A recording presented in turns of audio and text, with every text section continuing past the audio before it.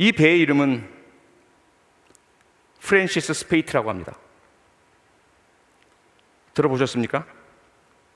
1835년 11월 캐나다 동부 해안을 출항한 이 배에는 통나무가 가득 실려 있었죠.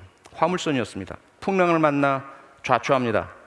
18명의 선원이 살아남고요, 13일 동안 구조되지 못합니다.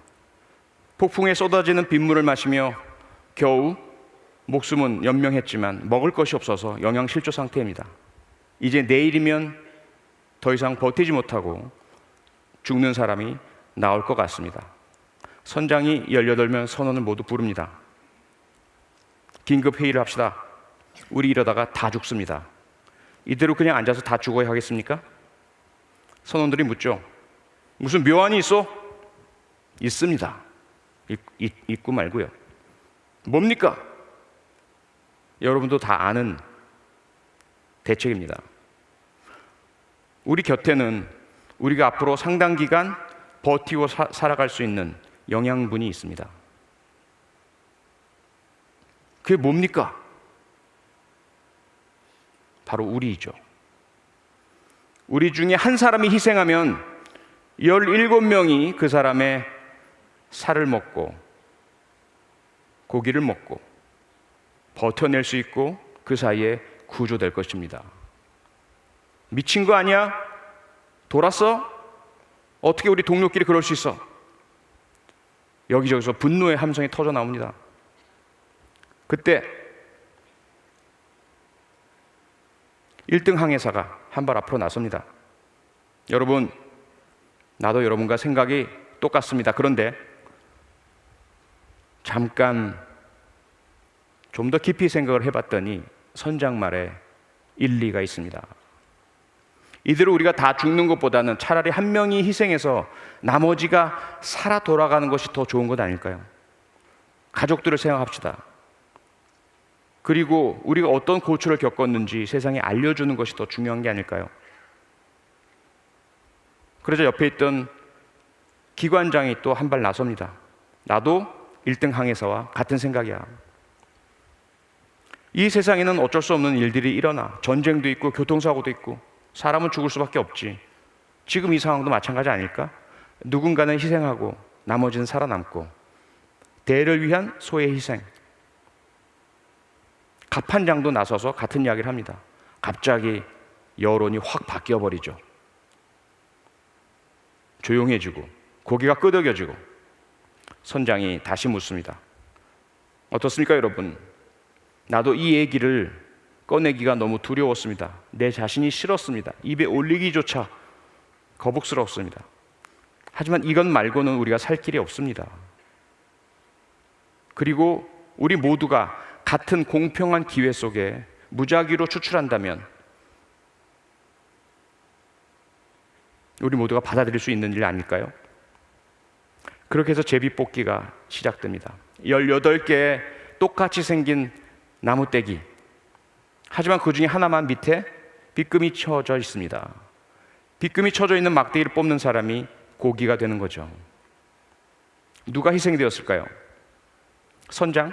아닙니다. 기관장? 아닙니다. 갑판장? 아닙니다. 1등 항해사? 아닙니다.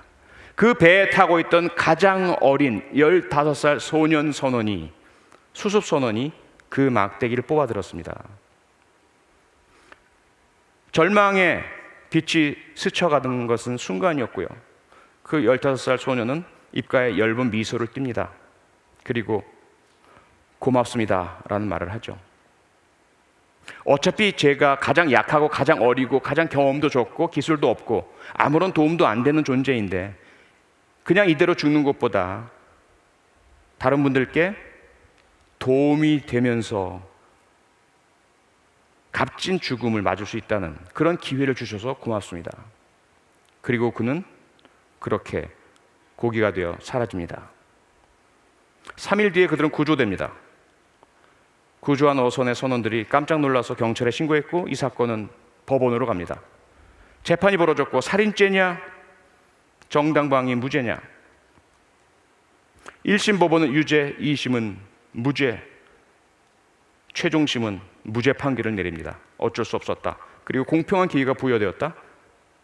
스스로가 받아들인 것이다. 이 세 가지가 가장 중요한 근거였죠. 여기서 끝나는 줄 알았습니다. 그런데 그 고참 선원 중에 한 명이 판결이 내려진 뒤에 동네 술집에서 술에 만취한 상태에서 이상한 이야기를 합니다. 너무 괴로워서 도저히 혼자 담아둘 수가 없어서. 사실 그때 그 제비뽑기는 공정한 것이 아니었다라는 거죠.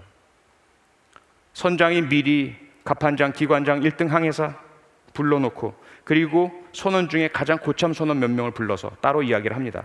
사정이 이러하다. 우리가 이대로 죽을 수는 없지 않느냐. 하지만 정말 공정한 제비뽑기를 한다면 나도 걸릴 수 있고 너도 걸릴 수 있다. 이건 피해야 되지 않을까? 우리끼리 같이 협력해서 동요하는 선원들을 우리 의견에 동의하도록 만들고 우리는 무엇이 아래 빗금쳐진 나무 막대인지 알고 제비뽑기를 하자. 일사부재리 원칙에 의해서 이 사건이 알려지고 언론에 보도되고 결국 그 당시 캐나다와 영국의 시민들은 분노했지만 어쩔 수 없었습니다. 다시 재심을 할 수는 없는 일이었습니다. 하지만 그렇다고 정의가 무너진 것은 아니었죠. 잭 런던이라는 퓰리처상을 탄 민한 기자에 의해서 이 사건은 책으로 만들어져 지금도 출판되고 여러 사람에게 읽히고 있습니다. 우리 사회가 만약에 프랜시스 스페이트호라면, 네, 여러분은 약자가 아니시죠. 15살 어린 소년이 아니시죠. 여러분은 살아나실 수 있으시겠죠. 다른 세월호 피해자들, 쌍용자동차 부당해고 피해자들, 백남기 농민, 강제철거민들, 그분들은 우리들과 다르죠. 하지만 언젠가 제가 또 여러분이 15살 소년의 자리에 서게 될지 모릅니다. 세상은 너무나 빨리 너무나 쉽게 바뀌고 있기 때문이죠. 검찰총장도 국회의장도 여당 원내대표도 힘세고 강하고 절대로 소수가 아니리라고 생각했던 분들도 어느 날 갑자기 소수자가 되고 찍혀나가고 피해를 보고 희생당합니다. 이 사회의 정의 수준이 제대로 갖춰져 있지 않다면 말이죠. 자, 그렇다면 어쩔 수 없는 일일까요? 우리 사회의 정의는 이대로 상실되고 말까요? 그렇지 않다는 다른 증거들도 있죠. 36년간 억울한 어린 소녀에 대한 성폭행 살인범으로 누명을 쓰고 평생 옥에 갇혀있던 정원섭 씨, 1972년에 일어난 그 사건, 결국 36년이 지난 뒤에 정의를 되찾았습니다. 그 당시 수사가 잘못되었고 고문으로 허위 자백을 했고 목격자들이 허위 진술을 했고 그 당시 현장에서 발견된 범인의 정액에서 검출된 혈액형과 자신의 혈액형이 다르다는 결정적 증거를 경찰이 은폐하고 있었던 사실이 나중에 밝혀졌기 때문이죠. 정의는 때로 짓궂을 정도로 늦게 오지만 언젠가는 온다. 그 신념을 저는 결코 버리지 않고 있습니다. 일제 36년 영원할 줄 알았지만 끝이 났습니다. 군사 독재 마찬가지고 정의롭지 않은 세상, 정의롭지 않은 지배, 정의롭지 않은 통제 결코 영원할 수 없습니다. 과연 그렇다면 나는 어떤 사람일까? 나는 무엇을 해야 할까? 제가 던지는 질문입니다. 어떤 분들은 강하고 오래가 보이는 다수가 점하고 있는 정의를 짓밟는 분 편에 서서 편리와 이익을 누리기도 하고요. 어떤 분들은 혼자서 외롭게 너무 성급하게 정의를 부르짖다가 일찍 희생되시기도 하시죠.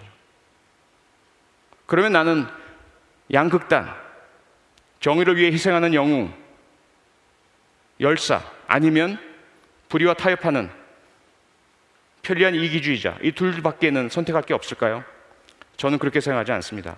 각자가 자신이 처한 상황에서 자기가 있는 위치에서 할 수 있는 일을 꼭 희생하지 않더라도 피해를 입지 않더라도 자신과 가족의 행복을 지켜나가면서 선거에 참여하고 바른 말을 하고 약하고 억울한 사람들의 이야기를 들어주고 글이라도 한번 올리고, 그런 한 사람 한 사람의 행동들이 앞서 말씀드렸던 지하철 커다란 쇳덩어리를 밀어낸 수백 명의 그 기적의 참가자들처럼 한 명 한 명 시민들의 작지만 올바른 행동들이 정의를 지키고 상실의 위기에서 꺼내주고 우리 사회를 지켜준다고 저는 생각을 합니다. 고맙습니다.